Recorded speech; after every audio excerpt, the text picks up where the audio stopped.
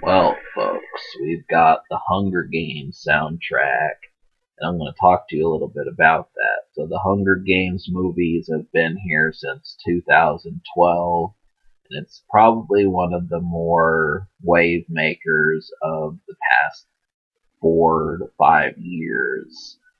Jennifer Lawrence is blown up, and this was kind of a big movie as far as books were concerned. It's definitely made some noise, but the good thing about this, between the difference between some of the other books like Lord of the Rings didn't really have one of those.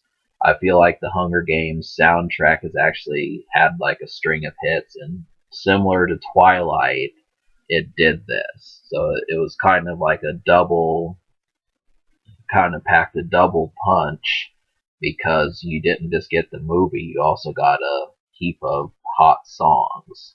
And so this soundtrack, I like it more than some soundtracks I've reviewed before. There's really no rap on this, so this is kind of a different field for me because I had to simply decide, okay, less, folks that I don't know as well, how does this translate? And I think the answer is it actually, it's a plus because it opens up doors to like people beyond where you normally hear them. So that's a good thing. But we'll talk about that right now. So the answer, as far as you can smoke to this, the only, the real thing about it is it's kind of kept the effort on this. It feels like there was work put in, and I'd say probably The Weeknd, Devil May Cry is a good song to smoke to. There are some kind of fearful sounding songs on this record. It's a little bit more, has kind of like almost a haunt to it, that, some of the record, like I felt like the Lord song and Devil May Cry and Atlas were some of those that did.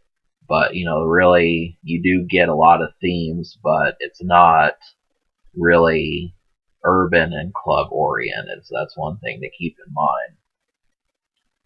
So the production, like I said, I really enjoyed Atlas. I liked about the first half of the Lord song. Ellie Goulding song was really good. Christina Aguilera, that one sounds about like a radio song that would have worked. And there's just tons of records on here. More, well, there's not tons, but there's more so than what I was expecting. So the unheard songs, which are songs that you may not have heard, but probably need to take a listen to. I'm just gonna say that this project, I don't know how many folks went out and purchased this, but you get a song from The Weeknd, who prior to blowing up last year was nestling in these movie soundtracks and actually nailing the performances extremely well.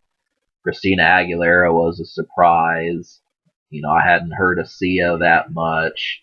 A lot of these people, there's other folks on here, the Lumineers, Patti Smith, The National. You're going to find some folks. So this should appeal to a lot of tastes just beyond rap listeners and R&B and pop listeners. There's, and soft rock listeners. There's a bunch of stuff on here that's going to work.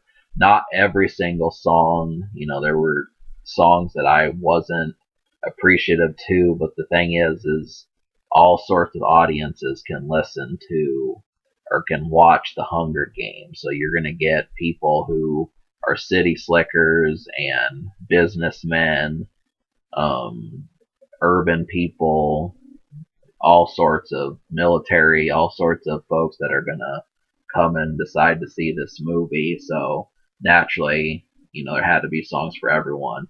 That was kind of the weakness as far as I was concerned, is, it's not really a weakness, but I did not like every single song. So just know that. But the unheard songs, I like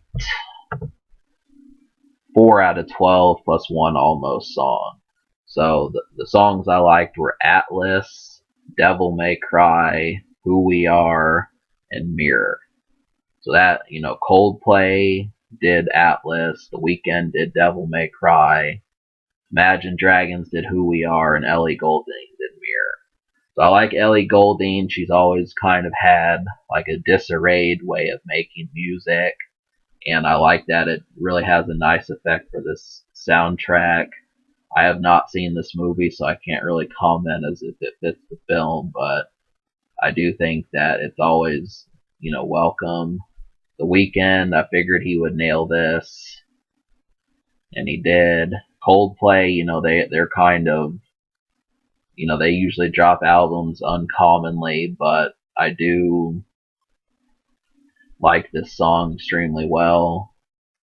And, a couple almost songs that were real close was the Lorde song. It's a cover song, but I wish that they would have made it a little bit longer and kept the kind of, fearful tone that that song had. And then Elastic Heart was the actual Almost song, and an Almost song is a song I'm on the fence about. So that has the Weeknd on there as well, and Sia is on that. I was kind of I wasn't really for sure how much I liked the production, but singing worked. So that's definitely something. So that's 5 out of 12 right there. My nuts really itch. So I'm gonna give this album a 5 out of 10. I'm just gonna give it a 5 just because it's surprising the amount of songs that worked extremely well.